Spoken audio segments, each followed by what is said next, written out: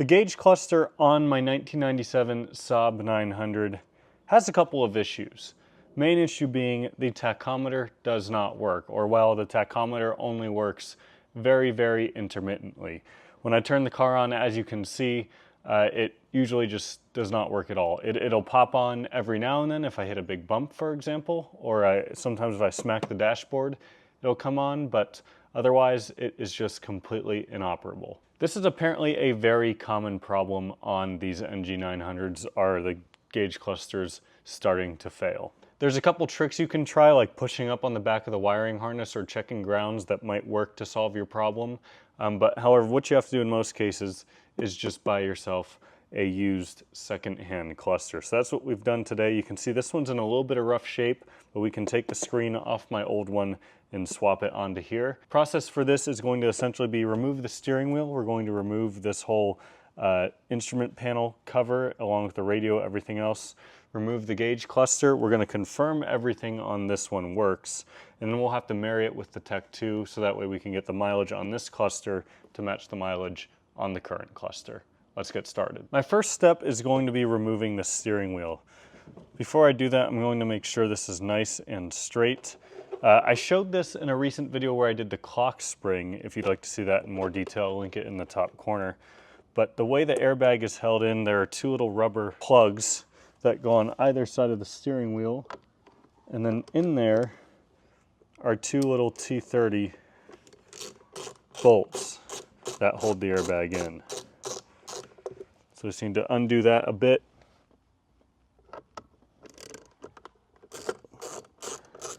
Before I forget, I'm going to disconnect the battery when we unplug the airbag, just to be safe. Battery is disconnected.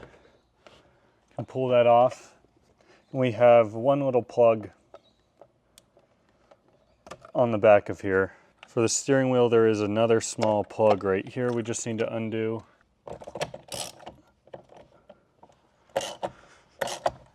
And if I just wiggle my steering wheel, it'll pop off. We can feed through both of our clock spring wires. This is not technically a required step in this job, but as someone who tried to take this off with the steering wheel on, it's going to be way easier to do it with the steering wheel off, and it only takes a couple of minutes. Next, let's start removing some of the obvious screws we can already see. So for example, we have this little steering wheel shroud cover. These are just a couple of T25s. And then there is a third one on the bottom. Pop those off. One thing I'm going to do, because this clock spring likes to move around a lot, and again, you saw me replace that in a recent video, but I'm going to tape this clock spring to the steering column just so that way it doesn't accidentally flip around and I forget to adjust it. Next, I'll remove the radio and the clock, which are just held in. The radio is held in using this radio removal tool, which slides into these slots here.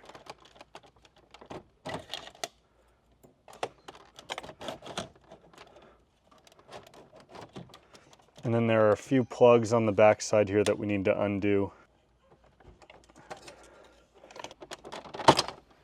Now just with a little bit of a pry, the SID comes out. And there is one plug on the back of that.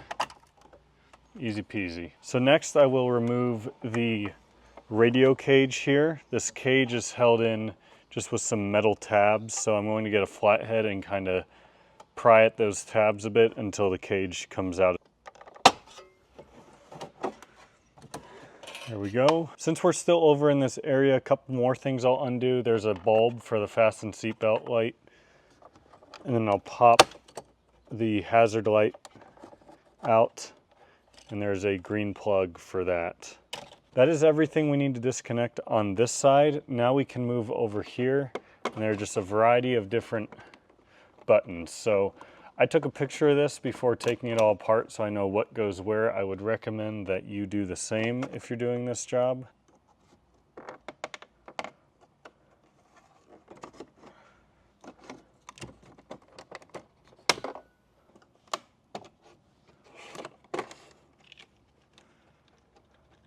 And then these couple of blanks. Now we have access to all of our dashboard panel bolts. So There's just, I believe there's 9 of them total. They're just kind of hidden all around, up in here and everywhere. So we're gonna go ahead and just remove all those next.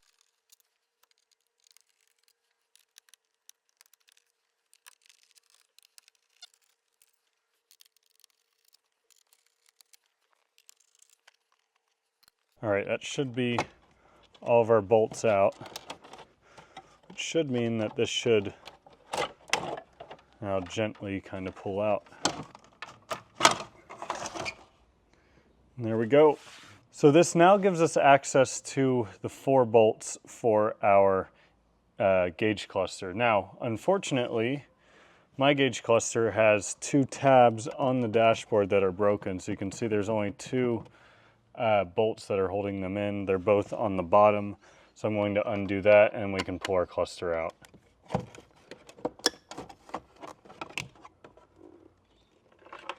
Out comes our cluster, and thankfully this wiring loom has a lot of slack on it. The way you remove this wiring loom is just pull this back and it pops out.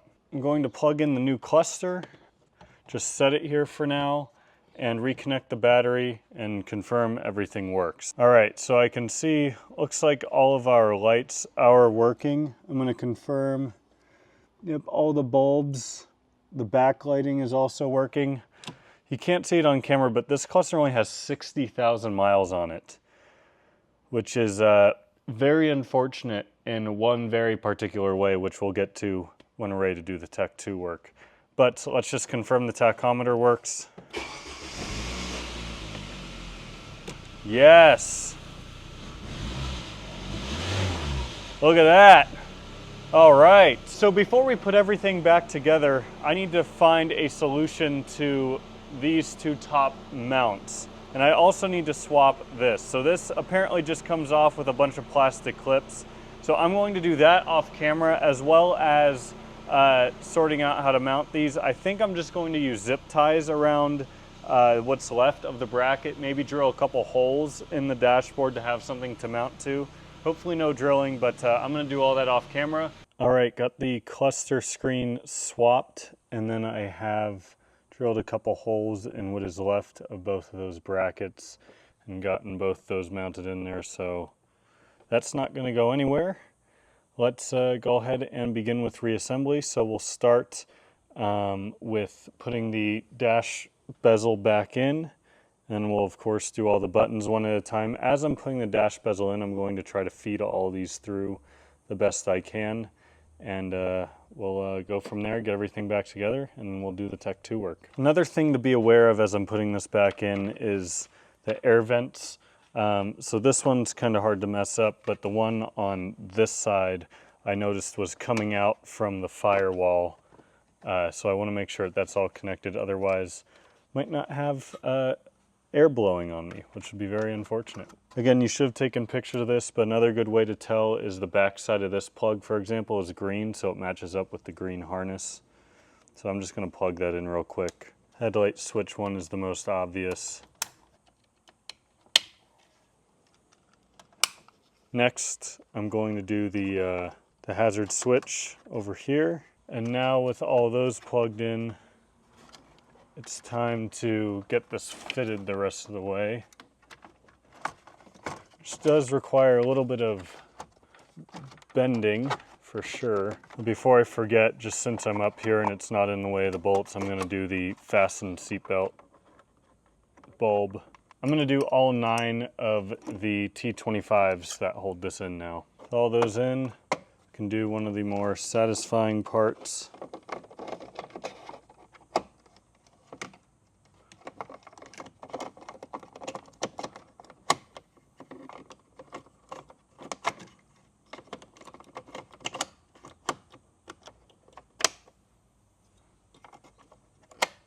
The radio cage, do the SID,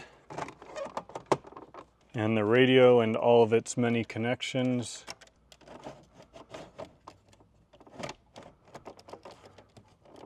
Remove the tape for our temporary clock spring holder.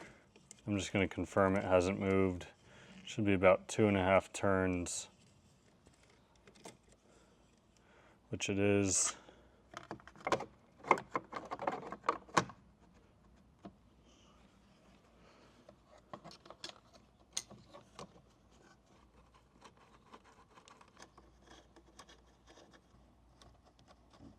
Time for our steering wheel. Feed these couple of connections through. There's that. So connect this, and remember I do still have the battery disconnected. Get our washer on that. Last thing, our airbag. One connector, and then just slide that in.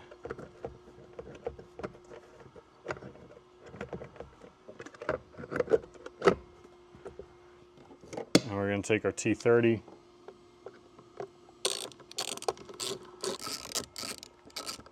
Lastly,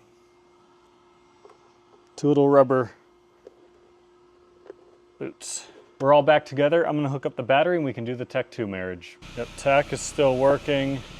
We have the airbag light on. I think that's probably because I started the car with the airbag disconnected, so I'll clear that with the Tech2 as well. So my old cluster had 210,180 miles. So that means that we've got to go just a hair under 150,000 miles we need to tick this thing up in order to avoid committing any sort of mileage fraud, which of course we don't want to do. As much as I'd love to just say this thing is 60,000 miles, I would not be able to say that on my clear conscience. So we need to use the Tech2 for that. Let me shut this back off. I'm going to go under diagnostics here, 97,900. I want to first go to the airbag and clear the codes for that. Because I want to confirm that that solves that issue before we go any further. So let me just start the car.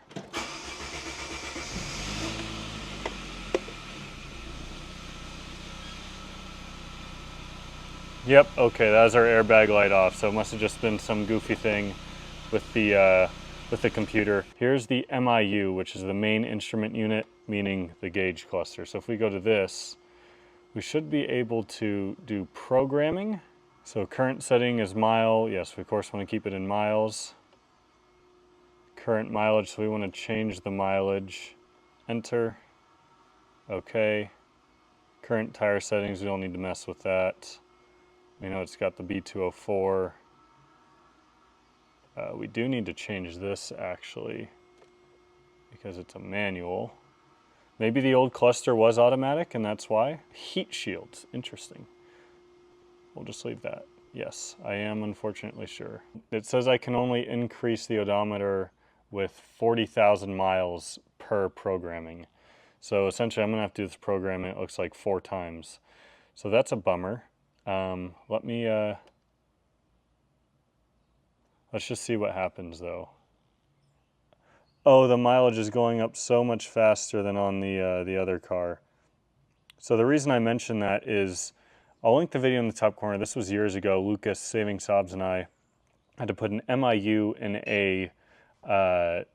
one of his cars, which is a T7 OG93 convertible.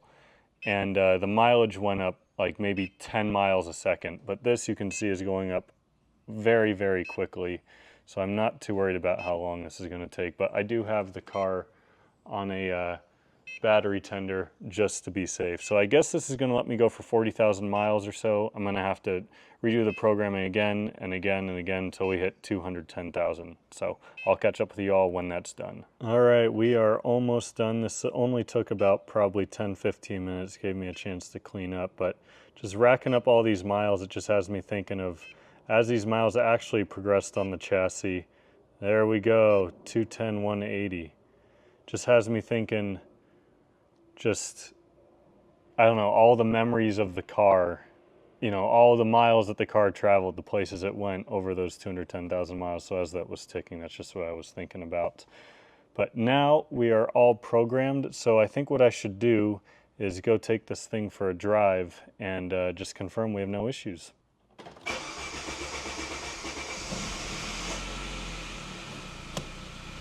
There we go, like nothing ever happened.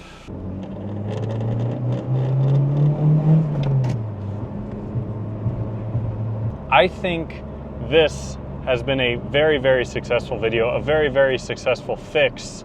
And another thing checked off the list. I mean, it just feels so weird to drive this car and seeing the tachometer working all the time like it should be. If you all enjoyed this video, please give it a thumbs up, consider subscribing, maybe checking out my merchandise if you want to help support the channel some more.